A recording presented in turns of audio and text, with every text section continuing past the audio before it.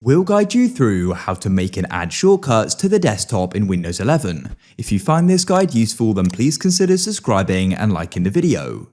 Shortcuts are super convenient because you can double click on them and get taken straight to the destination. A lot of people struggle with this, so let's go and get started. All you need to do is come to the bottom of your computer and you need to go and click on the Windows icon, which is the start button.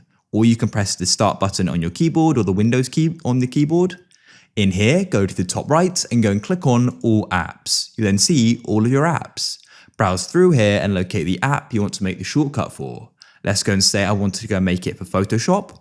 All you then need to do is click, hold and drag like so, and you can then just go and drop it on your desktop. It will say link, release it, and a shortcut has been made.